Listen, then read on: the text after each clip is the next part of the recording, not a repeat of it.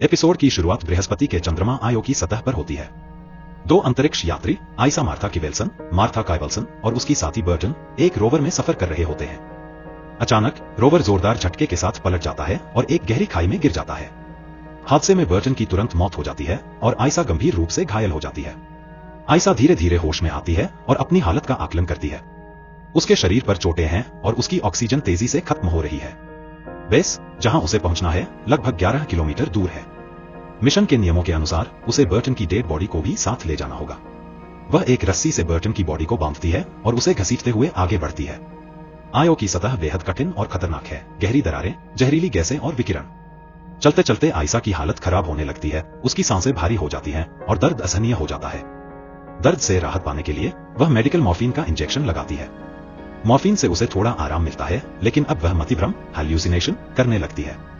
आइसा को अजीब आवाजें सुनाई देने लगती हैं, जैसे कोई उससे बात कर रहा हो। उसे महसूस होता है कि आयो की सतह चेतना कॉन्शसनेस रखती है।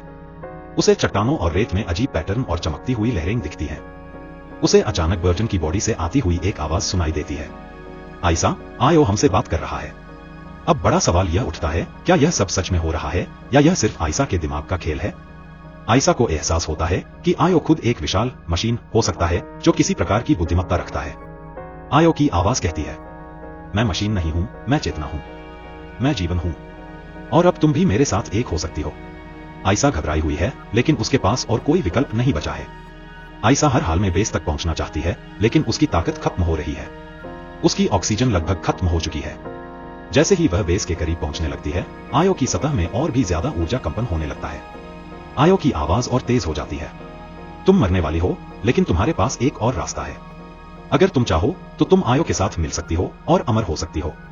अब आइसा के पास दो ही रास्ते हैं। एक, बेस तक पहुंचने की आखिरी कोशिश करे, लेकिन यह लगभग असंभव है।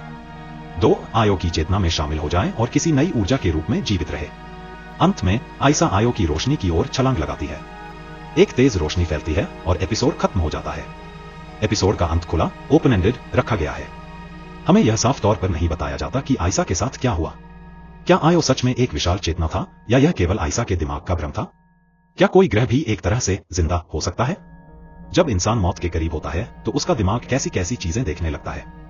क्या आयो सच में आइसा से बात कर रहा था या यह सिर्फ ऑक्सीजन की कमी और ड्रग्स का असर था? क्या मृत्यु का मतलब हमेशा अंत होता है? क्या आइसा ने खुद को एक नई चेतना में बदल लिया?